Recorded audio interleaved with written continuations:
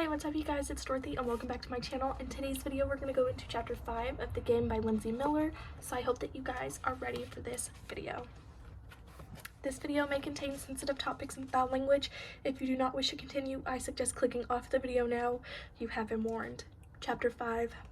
Omelette yowled. The gun slipped from Leah's hand. Jim inhaled sharply, their hand brushing Leah's arm. Leah sprinted for Abby, the others crashing behind her and wove between the old post leading to the bridge. She ducked under the bridge and nearly tripped over Abby's sprawled legs. Abby! Leah crouched down next to her. She lay face up in the mud. Are you okay? Abby turned her head to stare at Leah and then glanced down at the old fence post right next to her side. I think so. Abby! Devin stumbled to a stop. Jim and Ben are at his heels. Is she okay? Can you sit up? Wait, can you move your legs? Did you hit your head?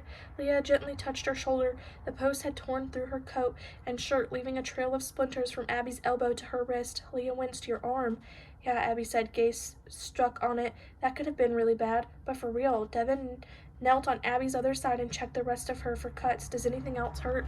My pride. Abby frowned and wiggled her feet. I think I'm fine. Did you shoot Omelette? Yeah, sorry about that, Leah said. And this? Abby shifted and Leah helped her sit up. Ben dug through his pockets and handed Devin 3 bandages, some tweezers, and hand sanitizer. Thanks, Devin said, but doing this ourselves is probably a bad idea. Leah swallowed. How mad are your parents going to be? It's not that bad, so a little mad maybe. Abby turned her arm over and above them on the bridge Omelette whined. I'm okay, buddy. Sit. Omelette sat and Ben scrambled up the slight embankment to grab him. Well, Abby said, this is an exciting start to Assassins. Do you think they'll cancel it? Leah asked. Devin eyed her with a look that said, seriously? Priorities, Leah, priorities. Sorry, she sighed. I'm just saying that would suck, and it would have all been for nothing. She would have nothing left, nothing after what happened last year. Sorry, Leah repeated. She stood and picked up the bridge railing that had given way. Excuse me. The push had yanked a handful of nails free, but it hadn't broken when it fell. The nails glittered in the grass around Abby. Leah moved one away from where she was sitting. The wood looked worn down around the holes. The nails must have been loose, but it's not like the game is why she fell.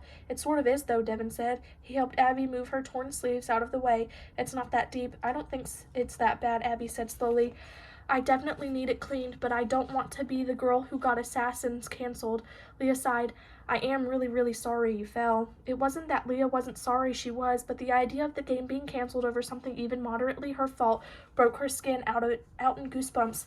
She sat next to Abby. A few broken fingernails were around her feet. Okay, Leah was sorry about that. That had to hurt.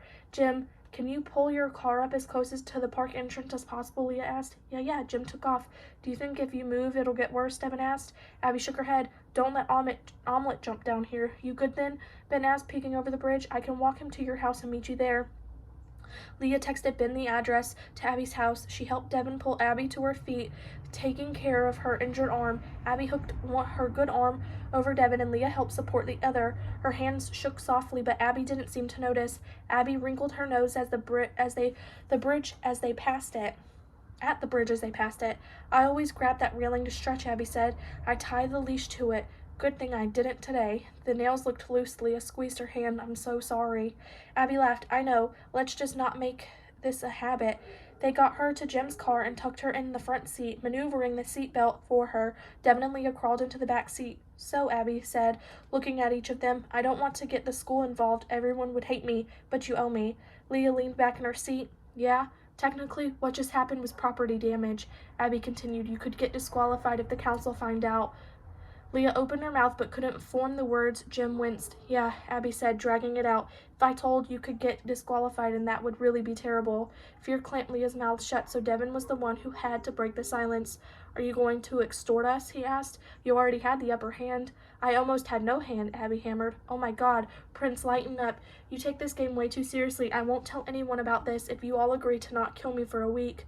They would be so far behind the other teams if they waited to go after Abby until next weekend, but she had a point. The game would still be on. If they were disqualified, they were done for in the game and in real life.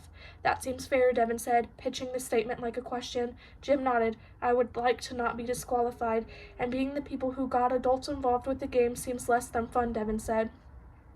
Leah had shot Abby's dog and sent her tumbling off a bridge and bore part of the responsibility for hurting her. It was fair. A week was more than enough time to figure out their new plan of attack. It is fair, Leah said grudgingly. The car pulled in front of Abby's house. Outside, the mama toot rolled over, dirt caking his wet fur. Ben laughed and took a picture.